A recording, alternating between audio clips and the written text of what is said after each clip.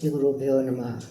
ಕೃಷ್ಣಾಯ ವಾಸುದೇವಾಯ ಹರೇ ಪರಮಾತ್ಮನೆ ಪ್ರಣತಃ ಕ್ಲೇಶನಾಶಾಯ ಗೋವಿಂದಾಯ ನಮೋ ನಮಃ. ಹರೇ ಶ್ರೀನಿವಾಸ. ಶ್ರೀ ಗುರು ರಾಘವೇಂದ್ರಾಯ ನಮಃ. ಶ್ರೀ ಸತ್ಯಾತ್ಮತೀರ್ಥ ಗುರುಭ್ಯೋ ನಮಃ. ಶ್ರೀ ಜಗನ್ನಾಥದಾಸ ಗುರುಭ್ಯೋ ನಮಃ. ಎಲ್ಲರಿಗೂ ನಮಸ್ಕಾರ. ಇವತ್ತು ನಾಡಿ ಪ್ರಕರಣ ಸಂಧಿಯ ಬರೀ ಇಂಟ್ರೊಡಕ್ಷನನ್ನು ಹೇಳ್ತಾ ಇದ್ದೇನೆ.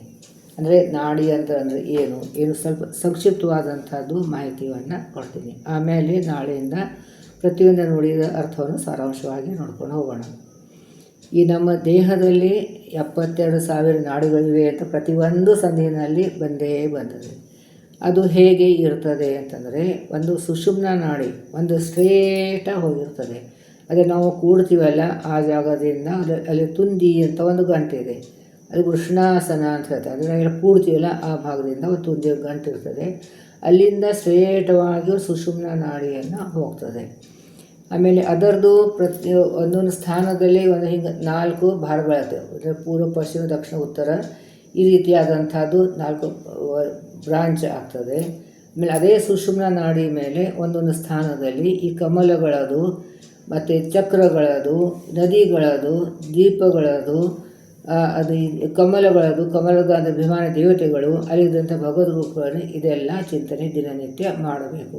ಅದರಿಂದ ನಮ್ಮ ಆಧ್ಯಾತ್ಮಿಕ ಊರ್ಜಾವನ್ನು ಹೆಚ್ಚಾಗ್ತದೆ. ಸೊ ಇದೇ 4 ಟಿಸಲ್ ಹೊಡಿತೆ. ಇದು ಸುಷುಮ್ನ ನಾಡಿ ಸ್ಟ್ರೇಟಾಗಿ ಇರ್ತದಲ್ಲ, ಅದು ನಮ್ಮ ನೆತ್ತಿವರೆಗೂ ಸ್ಟ್ರೇಟಾಗಿ ಹೋಗಿರ್ತದೆ. ಇದು ಅಪರೋಕ್ಷ ಜ್ಞಾನ ಏನಿರ್ತಾರೆ ಅವರು ಈ ದೇಹ ಬಿಡುವಾಗ ಆ ಜೀವ ಈ ಸುಷುಮ್ನ ನಾಡಿಂದ ಬ್ರಹ್ಮರಂಧ್ರ ಅಂತ ಹೇಳ್ತಾರೆ. ಇಲ್ಲಿ ಬ್ರಹ್ಮರಂಧ್ರ, ಈ ಬ್ರಹ್ಮರಂಧ್ರದಿಂದ ಹೊರಗಡೆ ಹೋಗ್ತದೆ. ಅಂಥವ್ರು ನಮ್ಮ ನೋಡಲಿಕ್ಕೆ ಸಿಗೋದಿಲ್ಲ. ಯಾಕಂದರೆ ಅವರು ಗುಪ್ತವಾಗಿಯೇ ಅವರು ಮೋಕ್ಷಕ್ಕೆ ಹೋಗ್ತಾ ಇರ್ತಾರೆ, ನಮಗಷ್ಟು ಗೊತ್ತಾಗೋದಿಲ್ಲ. ಆಮೇಲೆ ಈ ಸುಷುಮ್ನ ನಾಲ್ಕು ಟಿಸಲೇ ಹೊಡಿತಾವೋ ಅದಕ್ಕೆ ಇಲ್ಲಿ ಎಡಗಡೆ ಇದು ಆರ್ಯಮ, ವೈದ್ರುತಿ, ಆರ್ಯಮ, ವಜ್ರಿಕ, ವೈದ್ರುತಿ ಮತ್ತು ಪ್ರಕಾಶಿನಿ, ಸುಷುಮ್ನ ನಾಡಿ, ಹೀಗೆ 5 ಪ್ರಭೇದಗಳು. ಅಲ್ಲಿ ಇದ್ದಂಥ ಭಗವದ್ ರೂಪ ಅನಿರುದ್ಧ, ಪ್ರದ್ಯುಮ್ನ, ಸಂಕರ್ಷಣ, ವಾಸುದೇವ, ನಾರಾಯಣ. ಕನಿಷ್ಠ ಪಕ್ಷ ಇಷ್ಟಾದರೂ ನಾವು ದಿನನಿತ್ಯ ಚಿಂತನೆ ಮಾಡಬೇಕು. ಈ ಒಂದು ಸುಷುಮ್ನ ನಾಡಿಯ 4 ಟಿಸಲ್ಗಳು ಆಗ್ತವೆ. ಅಲ್ಲಿಂದ ಈ 4 ಟಿಸಲ್ಗಳಲ್ಲಿ ಅನಿರುದ್ಧ, ಪ್ರದ್ಯುಮ್ನ, ವಾಸುದೇವ, ನಾರಾಯಣ ಈ ರೂಪಿ ಪರಮಾತ್ಮ ಇರ್ತಾನೆ ಅಲ್ಲೇ ಅಂತ. ಇನ್ನು ನಾಡಿ ಅಂತಂದರೆ ಏನು? ನಮ್ಮದು ನಾವು ನರ ಅಂತ ಹೇಳ್ತೀವಿ, ಅಥವಾ ಬ್ಲಡ್ ವೆಸಲ್ ಅಂತ ಹೇಳ್ತೀವಿ. ಅದು ಆ ಥರದ್ದು ಇದು ಪ್ರಾಕೃತ ಇದ್ದರೂ ಕೂಡ ಇದು ನಮ್ಮ ಕಣ್ಣಿಗೆ ಗೋಚರ ಆಗೋದಿಲ್ಲ. ಯಾಕಂದರೆ ಅದು ಪ್ರಕಾಶಮಾನವಾಗಿ ಇರ್ತದೆ. ಅಂದರೆ ಲೇಸರ್ ಬಿಂಬ ಬಿಟ್ಟರೆ ಹೇಗೆ ಅದಕ್ಕೇನು ಮುಟ್ಟಿದರೆ ಅದಕ್ಕೇನು ಸ್ಪರ್ಶದನ ಇರುವುದಿಲ್ಲ, ಆದರೆ ಅದು ಬೆಳಕು ಇರ್ತದೆ. ಹಾಗೆ ಬೆಳಕು ರೂಪದಿಂದ ನಮ್ಮ ಶರೀರದಲ್ಲಿ ಇಷ್ಟು 72,000 ಮೊದಲು ಸುಷುಮ್ನ ನಾಡಿ 4 ಟಿಸಲ್ ಆಯಿತು. ಒಂದೊಂದು ಟಿಸಲ್ಗೂ ಮೊದಲು 50, ಆಮೇಲೆ ಮತ್ತು ಅದು ಟಿಸಲ್ ಒಳಗೆ 100 ಹೀಗೆಲ್ಲ ಬ್ರಾಂಚ್ ಆಗ್ತಾ ಹೋಗಿ ಎಡಗಡೆ 36,000, ಬಲಗಡೆ 36,000 ನಾಡಿಗಳನ್ನು ಆಗ್ತವೆ. ಈ ನಾಡಿ ಒಳಗಡೆ ನಮ್ಮ ಅಲ್ಲಿ ವಾಯುದೇವ ಅಂತರ್ಗತ ಭಗವಂತ 72,000 ರೂಪದಿಂದ 36,000 ಎಡಗಡೆ, 36,000 ಬಲಗಡೆ ವ್ಯಾಪ್ತನಾಗಿ ಇದ್ದಾನೆ. ಇದೇ ನಾಡಿಗಳಂತರ್ಗತಂಥದ್ದು ಈ ಭಗವತ್ ರೂಪಗಳಿಗೆ ಬೃಹತಿ ಅಂತ ಹೇಳ್ತಾರೆ. ಬೃಹತಿ ಸಹಸ್ರ ಅಂತ ಹೇಳ್ತಾರೆ. ಅಂದರೆ ಏನು? ಈ ನಮ್ಮ ವರ್ಷದಲ್ಲಿ 360 ದಿವಸಗಳು ಅಂತ ಹೇಳ್ತೀವಿ. ಅಂದರೆ ಒಂದೊಂದು ದಿವಸಕ್ಕೆ ಬೆಳಗ್ಗೆ ಒಂದು ರೂಪ ಭಗವಂತನ ನಿಯಮನ ರೂಪ, ಸಂಜೆಗೆ ಒಂದು ಅಂದರೆ ರಾತ್ರಿ ಒಂದು ನಿಯಮನ ರೂಪ. ಹೀಗೆ ಪ್ರತಿ ದಿವಸದಲ್ಲಿ 2 ರೂಪಗಳು. ಅಂದರೆ ಒಂದು ವರ್ಷಕ್ಕೆ 720 ರೂಪಗಳಾಯಿತು. ಬೆಳಗ್ಗೆ 360, ರಾತ್ರಿ 350, 725. ಮನುಷ್ಯನ ಆಯುಷ್ಯ 100 ವರ್ಷ ಅಂತ ಹೇಳ್ತಾರೆ. ಸೊ ಆ 100 ವರ್ಷ ಅಂತಂದರೆ 72,000 ಆಯಿತು. ಸೊ ಇದು ಹಗಲಕ್ಕೆ ಅಭಿಮಾನಿ ಆದಂಥ ದೇವತೆಗಳು, ಅವರಂತರ್ಯಾಮಿಯಾಗಿ ವಾಯುದೇವರು, ಅವರಂತರ್ಯಾಮಿಯಾಗಿ ಭಗವತ್ ರೂಪ ಇಷ್ಟು ಇದೆ ಅಂತ. ಅಂದರೆ ಹಗಲು ರಾತ್ರಿ ಅಭಿಮಾನಿ ಇದ್ದಂಥ ದೇವತೆಗಳು ಅದರ ಅಂತರ್ಯಾಮಿ ವಾಯುದೇವರು, ಅದರ ಅಂತರ್ಯಾಮಿಯಾಗಿ ಭಗವಂತ ಇದ್ದಾನೆ ಅಂತ. ಸೊ ಇವತ್ತೇ ಬೆಳಗ್ಗೆ ಬಂದಂಥ ಭಗವದ್ ರೂಪ 100 ವರ್ಷದ ಮೇಲೆ ರಿಪೀಟ್ ಆಗೋದು.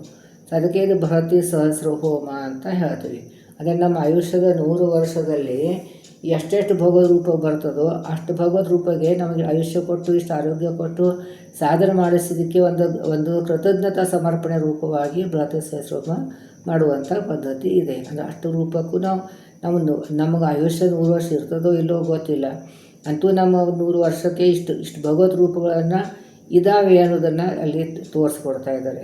ಆಮೇಲೆ ಇದೇ ನಾಡಿಗಳು ಯಾವ ಭಾಗದಲ್ಲಿ ಎಷ್ಟೆಷ್ಟು ನಾಡಿಗಳು ಹೋಗಿದ್ದಾವೆ ಇದೆಲ್ಲ ವಿವರವಾಗಿ ನಾವು ನುಡಿಯಲ್ಲಿ ನೋಡೋಣ. ಅಂತೂ ನಾಡಿ ಅಂತಂದರೆ ಇಷ್ಟು ಇರ್ತದೆ. ಆಮೇಲೆ ಈ ನಾಡಿ ಒಳಗಡೆ ನದಿ ಅಭಿಮಾನ ದೇವತೆಗಳು ಇರ್ತಾರೆ.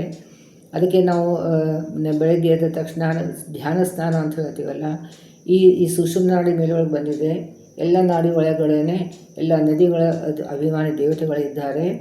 ಅವರು ಅಲ್ಲಿ ನದಿ ಇದೆ, ಅದು ನದಿಯಿಂದ ಅದನ್ನು ನಮ್ಮ ಭೀಮರೂಪಿ ಪರಮಾತ್ಮನಿಗೆ ಅಭಿಷೇಕ ಅಂತ ಈ ರೀತಿಯಾಗಿ ಚಿಂತನೆ ಮಾಡಿ ಆ ನದಿಯನ್ನು ಎಲ್ಲ ನಾಡಿಗಳು ಹರ್ಕೊಂಡು ಹೋಗ್ತಾ ಇದೆ ಅಂತ.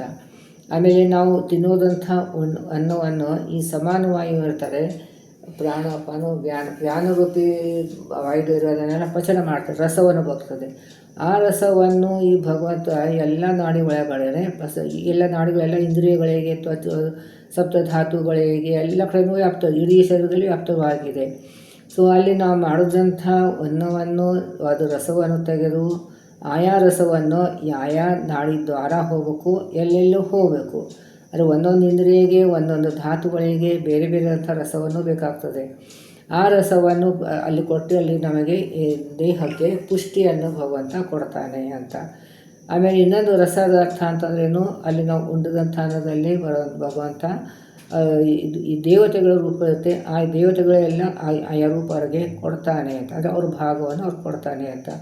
ಸೊ ಎಲ್ಲ ನಾಡಿ ಒಳಗೆ ದೇವತೆಗಳಿದ್ದಾರೆ, ಅಂತರ್ಯಾಮಿಯಾಗಿ ವಾಯುದೇವರಿದ್ದಾರೆ, ವೈತರಮಾಗಿ ಭಗವಂತ ಇದ್ದಾನೆ ಅಂತ. ಎಲ್ಲ ರೂಪಗಳ ಹೆಸರು ನಮಗೆ ಜ್ಞಾಪಕ ಇರುವುದಿಲ್ಲ. ಅದು ಕೊಟ್ಟಿದ್ದಾರೆ, ಹರಿಕಥಾವತಾರ ಕೊಟ್ಟಿದ್ದಾರೆ. ಸಾಧ್ಯದಷ್ಟು ಜ್ಞಾಪಕ ಮಾಡೋ ಪ್ರಯತ್ನ ಪಡಬೇಕು. ಅದು ಆಗದೆ ಹೋದರೆ ಬೃಹತಿ ಸಹಸ್ರನಾಮದಿಂದ ಭಗವಂತ ವ್ಯಾಪ್ತನಾಗಿದ್ದಾನೆ ಅಂತ ಇಷ್ಟು ನಾವು ಕೂಡ ಚಿಂತನೆ ಮಾಡಿದರೆ ನಮಗೆ ನಾಡಿ ದ್ವಾರ ನಮ್ಮ ಎಲ್ಲ ಇಂದ್ರಿಯಗಳಿಗೆ, ಮನಸ್ಸುಗಳಿಗೆ, ಧಾತುಗಳಿಗೆ ಎಲ್ಲ ಕೂಡ ಪುಷ್ಟಿ ಸಿಗ್ತದೆ. ನಮ್ಮ ಜ್ಞಾನ ಅಭಿವೃದ್ಧಿ ಆಗ್ತದೆ. ಆಮೇಲೆ ನಮ್ಮ ಸ್ಮರಣ ಶಕ್ತಿ ಬೆಳೀತದೆ. ಹೀಗೆ ನಾಡಿಗಳ ಚಿಂತನೆ ದಿನವಾಗಿ ಸತತವಾಗಿ ಮಾಡಬೇಕು. ಈ ನಾಡಿ ಸುಷುಮ್ನ ನಾಡಿ ಇದೆಲ್ಲ ಸ್ಥೂಲ ದೇಹದಲ್ಲಿ, ಇಷ್ಟೋ ತನಕ ಹೇಳಿದ್ದೆಲ್ಲ ವಿಷಯ ಇದು ಸ್ಥೂಲ ದೇಹದಲ್ಲಿ ನಾಡಿಗಳು ಇವೆ. ಒಳಗಿನ ದೇಹದಲ್ಲಿ ನಾಡಿಗಳಿಲ್ಲ, ಇಲ್ಲಿ ಮಾತ್ರ ಇದೆ. ಯಾಕಂದರೆ ಇಲ್ಲೆಲ್ಲ ದೇವತೆಗಳು ವ್ಯಾಪ್ತರಾಗಿದ್ದಾರೆ. ಆಯಾ ರಸವನ್ನು ಅವ್ರಿಗೆ ಕೊಡ್ತಾನೆ. ಅಲ್ಲಿ ದೇವತೆಗಳು ಈ ನಾಡಿ ಒಳಗೆ ದೇವತೆಗಳಿದ್ದಾರೆ. ಅಲ್ಲಿ ವಾಯುದೇವರಿಗೆ ಸಹಿತ ಅಂತರಾಗಿಂಥ ಭಗವಂತನ ಅವರು ಪೂಜೆ ಮಾಡ್ತಾರೆ. ಆಮೇಲೆ ಅವ್ರು ಭಗವಂತ ಮಾಡಿದಂಥ ಕಾರ್ಯ ನೋಡಿ ಸಂತೋಷ ಪಡ್ತಾರೆ. ಈ ಭೋಜನ ಸಂಜೆ ಕೂಡ ಬಂದಿದೆ, ಅಲ್ಲಿ ದೇವತೆಗಳು ಸಂತೋಷ ಪಡ್ತಾರೆ. ಇದನ್ನು ಅವ್ರು ಭಗವಂತ ಮಾಡುವಂಥ ಕಾರ್ಯ ನೋಡಿ ಸಂತೋಷ ಪಡ್ತಾನೆ ಅಂತ ಹೇಳ್ತಾರೆ. ಸೊ ಇನ್ನೊಂದು ಭಾಳ ಇದು ದೊಡ್ಡದಾದಂಥದ್ದು ಒಂದು ಸಂಧಿ, ಕಷ್ಟವಾಗಿದೆ, ಸ್ವಲ್ಪ ಕ್ಲಿಷ್ಟವಾಗಿದೆ. ಆದರೆ ಪದೇ ಪದೇ ನೀವು ಕೇಳ್ತಾ ಇದ್ದರೆ ಅರ್ಥ ಆಗ್ತದೆ. ಅದು ಒಂದು ಬೇಸಿಕ್ ನಾಡಿ ಅಂತಂದ್ರೇನು, ಹೇಗೆ ವ್ಯಾಪ್ತ ಆಗಿದೆ ಇದರ ವಿಷಯ ಮಾತ್ರ ಇವಾಗ ಹೇಳಿದ್ದೀನಿ. ಇನ್ನು ವಿಸ್ತಾರವಾಗಿ ನಾವು ನುಡಿಯಲ್ಲಿ ನೋಡ್ತೀವಿ. ಅಂತೂ ಇದು ಅಧ್ಯಯನ ಸರಿಯಾಗಿ ಎಲ್ಲರೂ ಅಧ್ಯಯನ ಮಾಡಬೇಕು. ಅದು ಸಂಕ್ಷಿಪ್ತವಾಗಿ ಯಾರಿಗೆ ಏನೂ ಹರಿಕಥಾವತಾರ ಗೊತ್ತಿಲ್ಲ ಅಂಥವ್ರಿಗೋಸ್ಕರ ನಾನು ಮಾಡಿದ್ದೀನಿ. ಆಮೇಲೆ ಯಾರು ಪರೀಕ್ಷಾ ಕೂತಿ ಅವ್ರಿಗೂ ಉಪಯೋಗ ಆಗ್ತದೆ. ಯಾಕಂದರೆ ನಾವು ಕಲಿತಿದ್ದನ್ನು ಮರೆತು ಬಿಡೋ, ಪರೀಕ್ಷೆ ಬರೆದ್ಬಿಟ್ರೆ ಮುಗಿದು ಹೋಯಿತು ಅಂತ ಬಿಡಬಾರ್ದು. ಅದನ್ನು ಪದೇ ಪದೇ ರಿವಿಷನ್ ಆಗಬೇಕು. ಪದೇ ಪದೇ ಅದನ್ನು ನಾವು ತಿಳ್ಕೊಂಡು ನಮ್ಮ ಆಚರಣೆದಲ್ಲೇ ಬರಬೇಕು. ಅದಕ್ಕೆ ನೀವೆಲ್ಲರೂ ಕೇಳ್ತೀರಿ. ಅದು ನಿಮ್ಮ ಜೊತೆಯಲ್ಲಿ ಯಾರ್ಯಾರಿಗೂ ನೀವು ಗುರ್ತಿದ್ದಾರೆ ಎಲ್ಲರಿಗೂ ಇದಕ್ಕೆ ಒಳಗೆ ಹಚ್ಚಿರಿ. ಇದೊಂದು ದೊಡ್ಡ ಕಾರ್ಯ, ಇದು ಭಾಳ ಪುಣ್ಯದ ಕೆಲಸ. ಪ್ರತಿಯೊಂದು ನೀವು ನಿಮ್ಮ ದ್ವಾರ ಯಾರ ಮನೆಯಲ್ಲಿ ಹರಿಕಥಾವತಾರ ಪಾಠ ನಡೀತಿದ್ರು ಅದರ ಪುಣ್ಯ ನಿಮಗೂ ಇರ್ತದೆ.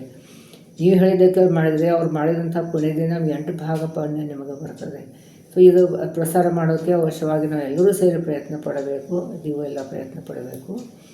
ಇನ್ನು ಮುಂದಿನ ಆಡಿಯೋ ವಿಡಿಯೋದಿಂದ ನಾನು ಅರ್ಥವನ್ನು, ಅಂದರೆ ಸಂಧಿ ಸಾರವನ್ನು ಹೇಳ್ತೇನೆ. ಭಾಳ ವಿಸ್ತಾರವಾಗಿ ವಿವರಣೆ ಕೊಡದೆ ಹೋದರೂ ಕೂಡ ಅದು ಎಲ್ಲ ಅರ್ಥವನ್ನು ಪೂರ್ತಿಯಾಗಿ ನಾನು ಕವರ್ ಮಾಡಿರ್ತೇನೆ. ಅಷ್ಟಾದರೂ ಫಸ್ಟ್ ರೌಂಡ್ ಇದನ್ನು ಅಧ್ಯಯನ ಮಾಡಿದರೆ ಅರ್ಥ ಆಗ್ತದೆ. ಆಮೇಲೆ ತಿರ್ಗಾ ನಾವು ಮುಂದೆ ಡೀಪಾಗಿ ಸ್ಟಡಿ ಮಾಡಲಿಕ್ಕೆ ಯಾವಾಗಲೂ ಅವಕಾಶ ಇದ್ದೇ ಇರ್ತದೆ. ಸೊ ಇದು ಫಸ್ಟು ಯಾರಿಗೆ ಏನೂ ಗೊತ್ತಿಲ್ಲ ಅವ್ರಿಗೋಸ್ಕರ, ಯಾರಿಗೂ ಗೊತ್ತಿದೆ ಅವ್ರಿಗೊಂದು ರಿವಿಷನ್ ಆಗೋಕ್ಕೋಸ್ಕರ. ಅಂತೂ ಎಲ್ಲರಿಗೂ ಅದು ಉಪಯೋಗ ಇದೆ.